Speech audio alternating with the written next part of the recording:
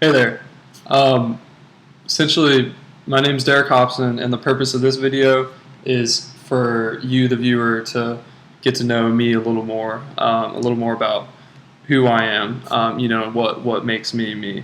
Um, instead of telling you a little bit like the basic information about where I'm from, where I was raised and whatnot, we'll come back to the simple things like that. But from overarching figurative concepts, if we're going to be reach big here, I believe firmly that every person has a underlying moral basis or an idea or concept that they follow that kind of makes them different or makes them who they are. And for me, I place a heavy emphasis on my family and the support they give me, and also my family background because it's relatively unique. My father, he immigrated here from England with less than $1,000 in his pocket. He's worked for everything. He's had my mother is the same way.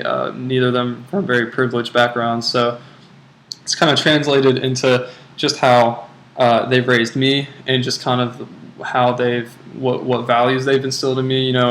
They've raised me with a strong sense of integrity, some strong morals, and definitely a strong work ethic. And kind of encouraged me to have the drive to whatever I want to accomplish, whatever I think I can accomplish. I can go out there and do it, and it just takes hard work to accomplish that. So that's a kind of a fundamental basis on who I am and what drives me. But anyway, I mean, I was to start things off. I was born in Park Ridge, Illinois, right outside of Chicago. I moved to Greensboro, North Carolina, when I was 3 years old.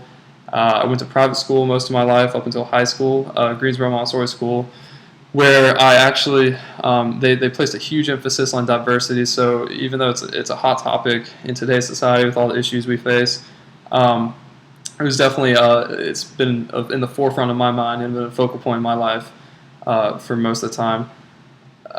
So other than that, we've been. I then went into North Carolina State University after high school. I went straight into the business program at the Pool College of Management. I'm currently a junior in business administration with a concentration in supply chain operations and management, as well as I think I'm going to finish my finance concentration, and I'm also minoring in economics, and I am considering finishing a minor in political science as well.